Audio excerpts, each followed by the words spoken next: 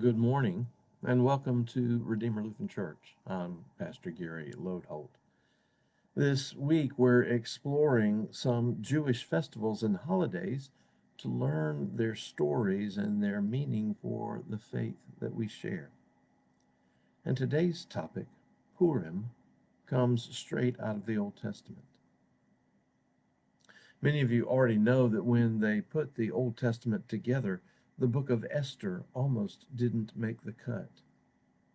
God is not mentioned at all in the Book of Esther, but by the time they were putting it together, the holiday associated with Esther's story was already established, and it was too popular to leave out.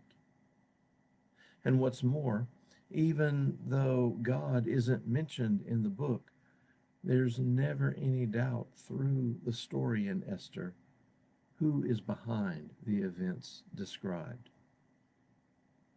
The story happens in Persia when the people of Israel were in exile there.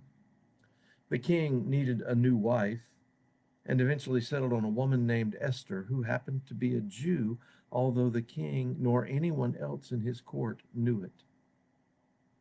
She happened to be the niece of Mordecai, who was one of the king's trusted advisors. At the same time, there was a man named Haman, who had it out for the Jews and sought to destroy first their faith and then them.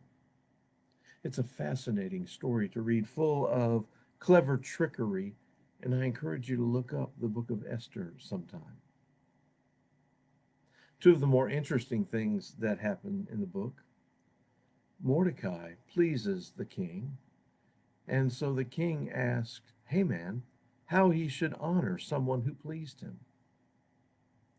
Haman, thinking that the king is thinking about himself, designs a grand parade and all sorts of honors and tells the king, "This is how you should do it."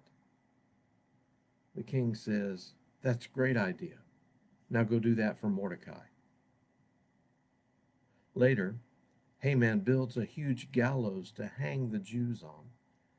And so Esther invites the king to dinner and reveals that she is a Jew and that Haman wants to destroy her people.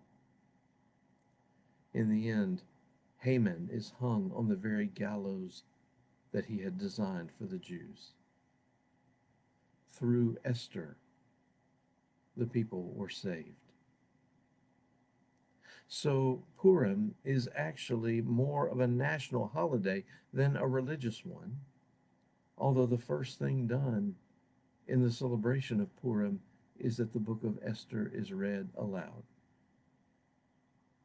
And like yesterday, while there's no story in the Gospel of Jesus celebrating Purim, the holiday focuses around the giving of life in place of death, which is exactly what Jesus came to do. Where Jesus deserves life, we give him death. Where we deserve death, Jesus gives us life. Thanks for watching, and remember to let this day belong to God.